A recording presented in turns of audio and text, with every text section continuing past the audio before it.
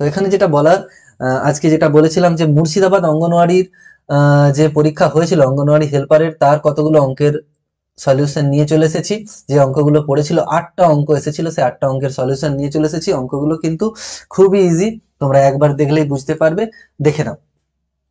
তো প্রবলেমগুলো খুব ইজি প্রবলেম, একটু দেখে নাও, তোমরা আশা করি বুঝতে পারবে। এছাড়াও এই চ্যানেলে তো অঙ্কের প্রচুর ভিডিও রয়েছে, দেখতে পাবে। চলো অঙ্কগুলো সলিউশন করে দিই। ইজি অঙ্ক, একবার জাস্ট দেখে নাও, একবার চোখ বুলিয়ে নিলেই কিন্তু খুব ইজি ইজি অঙ্ক রয়েছে। কিছু মনেই হবে না, অঙ্কগুলো এত ইজি, একদম বেসিক কনসেপ্ট থেকে অঙ্কগুলো দেওয়া। চলো দেখে নাও। প্রথমে এখানে বলেছে দেখো, এখানে বলেছে দেখো a is to b is to c এর মান দেওয়া রয়েছে, a is to b is to c, তারপর একটা ভ্যালু ক্যালকুলেট করতে বলেছে। দেখো প্রথমে তার মানে a is to b is to c যেহেতু রয়েছে, তাদের মান রয়েছে 2 3 4, তাহলে আমরা অঙ্কের এখানে অনুপাতের যেহেতু অঙ্ক রয়েছে, এখানে a b c এর ভ্যালুগুলো 2 3 4ই ধরবো, ঠিক আছে। তাহলে এখানে চেয়েছে দেখো a বাই b একটা রয়েছে, is to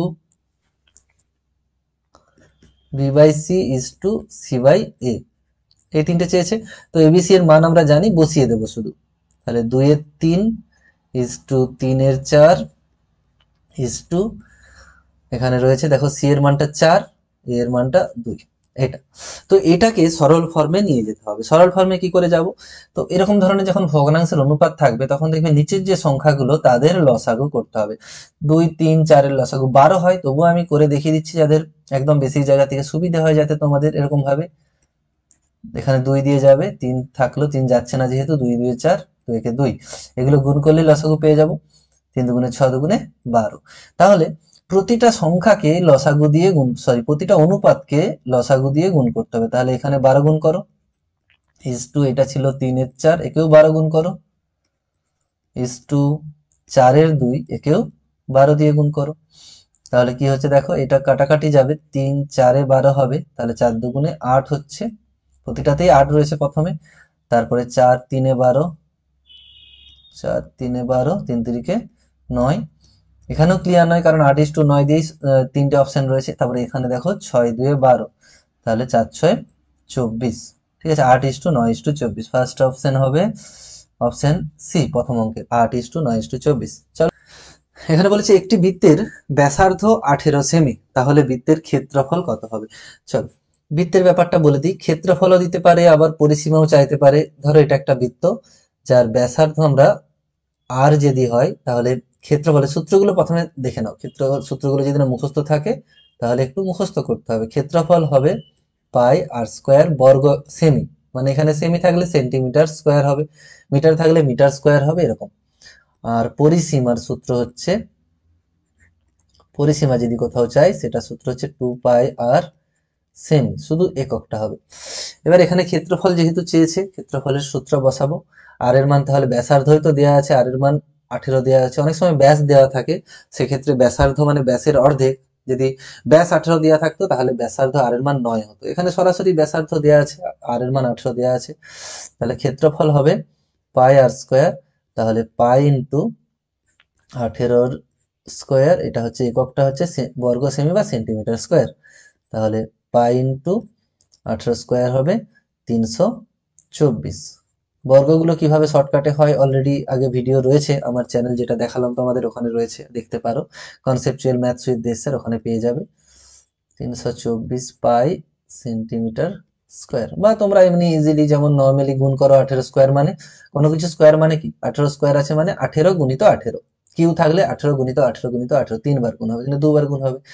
64 4 8 8 6 14 144 আর 18, দেখতে পাচ্ছ 4 8 4 12 3 324। ওকে, চলো পরের প্রবলেম।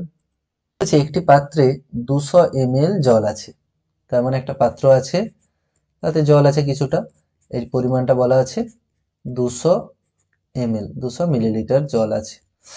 এবার 20% জল তুলে নেওয়া হয়েছে, এখান থেকে 20% তুলে নেওয়া হয়েছে, তুলে নেওয়া হয়েছে। তাহলে কত পার্সেন্ট বর্তমানে আছে বলো তো? মোট কিন্তু 100 পার্সেন্টেজের অঙ্ক থাকলেই মোট তোমাদের ভাবতে হবে টোটালটা 100%। 100% থেকে যদি 20% তুলে নেওয়া হয়, তাহলে কত থাকবে বর্তমানে? 80% জল থাকবে। যদি বলে জলের পরিমাণ, তাহলে কতটা জল অবশিষ্ট আছে, তাহলে 80% জল অবশিষ্ট আছে বর্তমানে, ঠিক আছে। তাহলে পরিমাণটা কত হবে? পরিমাণ যখন বার করতে দেবে কোনো কিছুর, এখন মোট কতটা ছিল, 200 ml ছিল, তার 80% আছে বর্তমানে, 80% মানে 80-র 100, একটা শূন্য এখানে কাটলো, একটা শূন্য এখানে কাটলো, 8×2 = 16, 160 ml কিন্তু জল অবশিষ্ট আছে। ঠিক আছে, এটা শতকরের একটা অঙ্ক ছিল। এগুলো অ্যাকচুয়ালি বেসিক ধারণার অঙ্ক, এর থেকে অনেক কঠিন অঙ্ক দেখতে পাবে আমার চ্যানেলটাতে রয়েছে, যেগুলো আরো বেশি আসে। চলো পরের অঙ্কটা। এটাও খুব ইন্টারেস্টিং একটা অঙ্ক।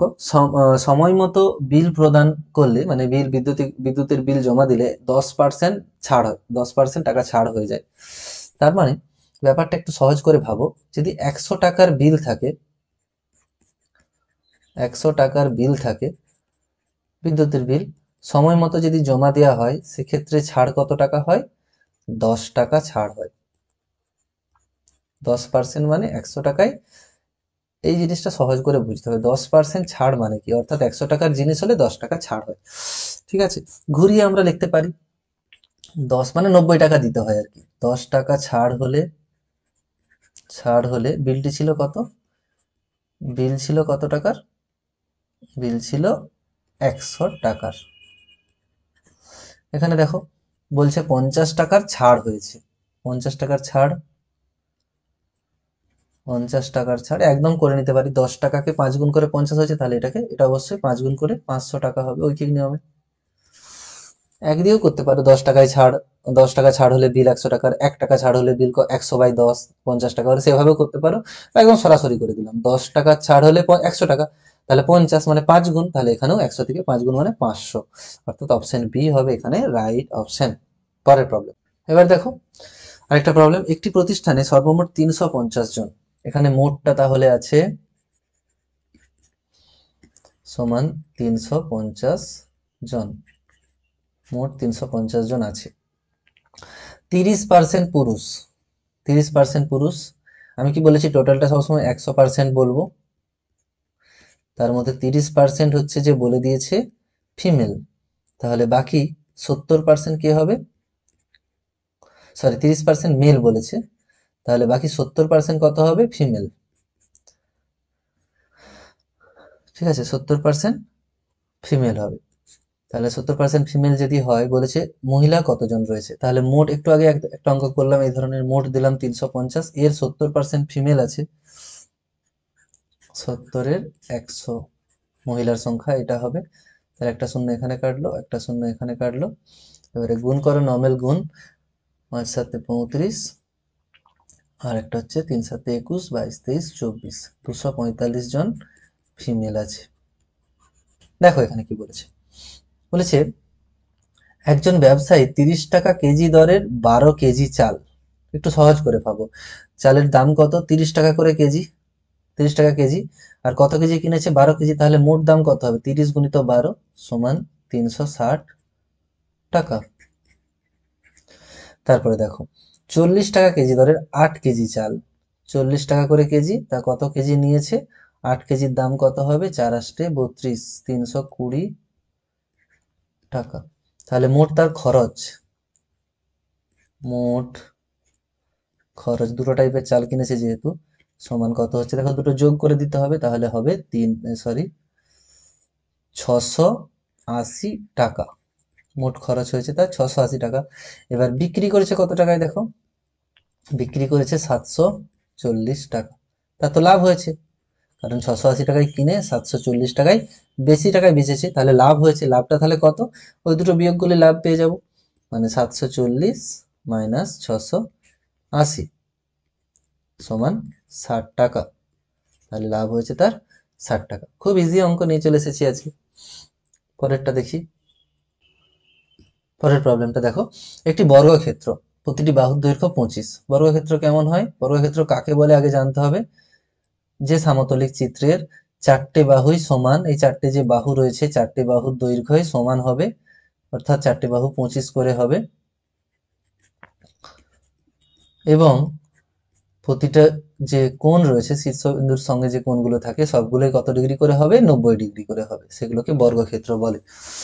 এবার এর ক্ষেত্রে পরিসীমা চেয়েছে, ব্যাপারটা কি, অ্যাকচুয়ালি পরিসীমা মানে হচ্ছে এক রাউন্ড ঘুরে আসা, মানে এখান থেকে তুমি জার্নি শুরু করো, এখান থেকে যাওয়া শুরু করো, পুরো পাক একবার ঘুরে আসো, যেখান থেকে শুরু করেছিলে সেখানে ফিরে আসো, অর্থাৎ 4 বার 25। ঠিক আছে। তাছাড়া পরিসীমার সূত্র বর্গক্ষেত্রের ক্ষেত্রে সূত্র এভাবেও আমরা মনে রাখতে পারি, 4 × 25, বা এমনি প্র্যাকটিক্যাল নলেজ থেকে 25 25 25 25 চারটে যোগ করে দাও, 100ই হবে, 100 সেমি। এক্ষেত্রে যদি ক্ষেত্রফল চাই তো এরিয়া, এরিয়ার সূত্র হয় বাহু ইন্টু বাহু, বাহু স্কোয়ার, বা বাহু ইন্টু বাহু, বা বাহু স্কোয়ার লিখলেই হবে।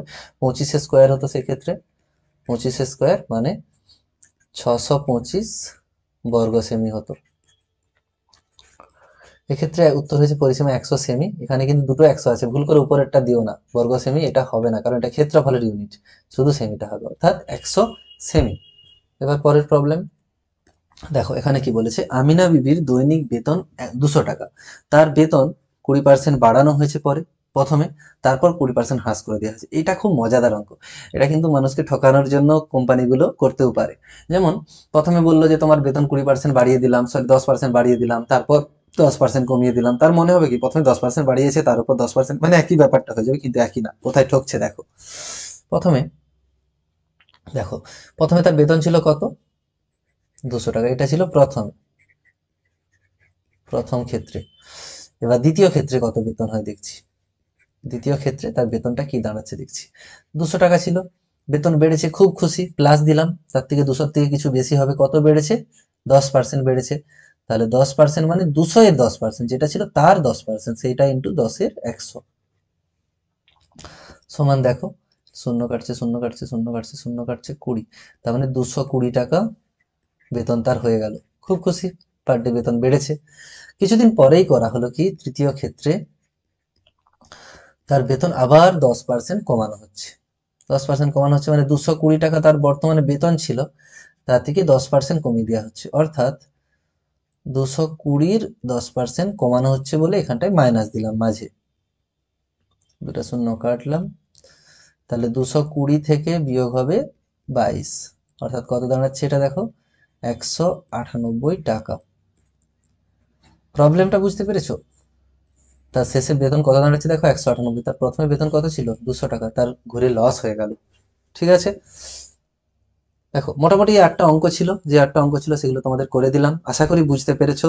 ভালো লাগলে একটু চ্যানেলটা শেয়ার করে দিও বন্ধুদের, আর তোমরা একটু লাইক সাবস্ক্রাইব কমেন্ট এগুলো করতে ভুলো না, আমি একটু মোটিভেশন পাই এই ধরনের আরো ভিডিও তোমাদের কাছে তুলে নিয়ে আসার। এই চ্যানেলে অনেক অঙ্ক পাবে, পরবর্তী সময়ে আরো অনেক অঙ্ক নিয়ে আসবো, কম্পিটিটিভের বা অন্যান্য সাবজেক্টের যে কোয়েশ্চেন জিকে এই ধরনের নিয়ে আসার চেষ্টা করব। চ্যানেলের সাথে থেকো, সবাই খুব ভালো থেকো, সুস্থ থেকো। Thanks for watching.